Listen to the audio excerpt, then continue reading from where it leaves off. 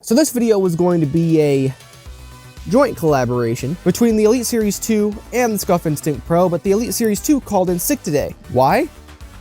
Who knows?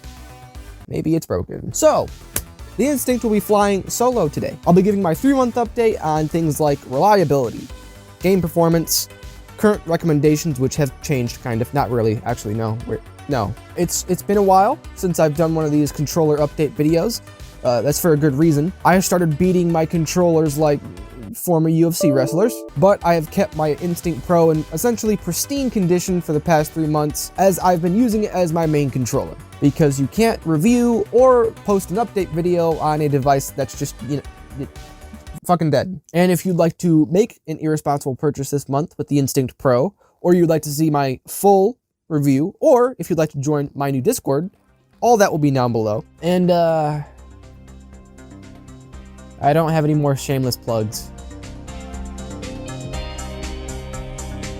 I've become a very big fan of the Xbox Series X controller and its body shape over the past few months because I've been using it as my main. The slimmer and slightly smaller body shape, even though it is damn near indistinguishable from the last generation consoles, it feels very nice. The bumpers feel a lot better and the thumbsticks feel a lot more accessible because of the shape and the slimming down of the fat fucking controller that once was the Xbox controller. Now the fattest controller is the PlayStation 5 DualSense. But naturally, you'd think with all these design updates, SCUF, with their updated paddle design that no longer features paddles, it features buttons, you would think it would fit the same description, slim, sleek, easily accessible, nice, right?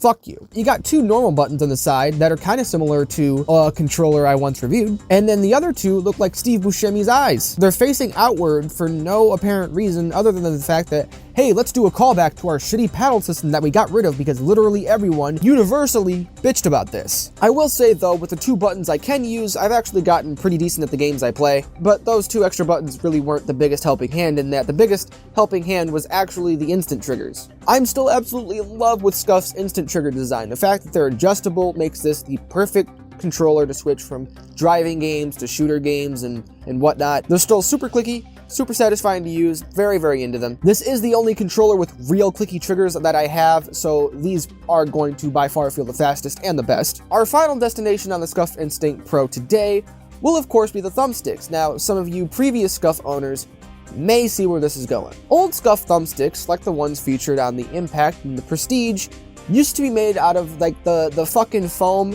that you would find in a Party City Batman costume, so it just fell apart. Luckily, the new PS5 Reflex Pro and the Instinct Pro both have a rubber compound for their thumbsticks that is very akin to stock controllers' rubber compounds, which are very tough and last a lot longer. And we already kind of have enough issues with thumbsticks as is. I kind of find it hilarious that not only do the thumbsticks drift, they also would disintegrate too. SCUF controllers are absolutely plagued with issues.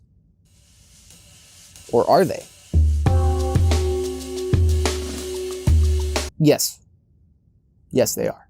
Mine isn't though. Fortunately, I have 0 stick drift, not a lick of stick drift to bitch about. I haven't even installed stick drift fixes or anything like that. Perfectly fine. It does like to disconnect every hour or so though. For no reason other than existing, the controller will disconnect from my computer while it's wired, and then after it starts to happen more rapidly. It works perfectly fine wireless, I could just connect it to my Xbox and it'll work forever. Wired on the PC with different USB ports and different USB cables, and nothing works. The funniest part about that whole situation is I actually knew about that when my review dropped because it's been happening since the very first day I got the controller, and guess what? I completely forgot to mention it. Fucking idiot. I forgot something 1 second. My right trigger also stopped working for a day. It would only actuate, like with the normal trigger, obviously, without the trigger stop on, it would just actuate down to like 60% and it would go past there. And then it just stopped like a day later. Here's a quote directly from SCUF's website. Play better. Play faster. What about those of us who can't play at all? I haven't said this the whole video for the express reason of I kind of need a video, and if I had said this, I wouldn't have had a video to make. This controller is $230. If you buy it from Amazon, you're going to pay $230. If you buy it from Scuff's website, guess what? You're going to have to pay for shipping. It's going to cost you around $230. And as I said in my review, it's kind of a big ask for the amount of features you're getting, because there's controllers out there that cost 1/3 the price of this controller, and they have 4 button designs and 4 paddle designs that are way better than this. The instant triggers. While I do think the instant triggers are by far probably going to be the best on the market because they're the only adjustable clicky triggers on the planet, that is literally the only selling point for this controller. The only selling point. Because you can get controllers with 4 extra buttons that are actually usable for far cheaper. You can have a controller that has swappable profiles like this one. In fact, you can have a controller that has 3 swappable profiles and has 8 times more features than the one you're looking at right now. And last, but certainly probably the most important point of them all, you're only getting coverage for half a fucking year. We're getting charged outrageous amounts of money for them, and the warranties are so short they won't even get to see the next iPhone release. So at this point in time, I'm going to give you a perfect summary of how I feel about the Instinct Pro. The fancy clicky triggers are the most important part of this controller, as it is what separates it from everything else on the market.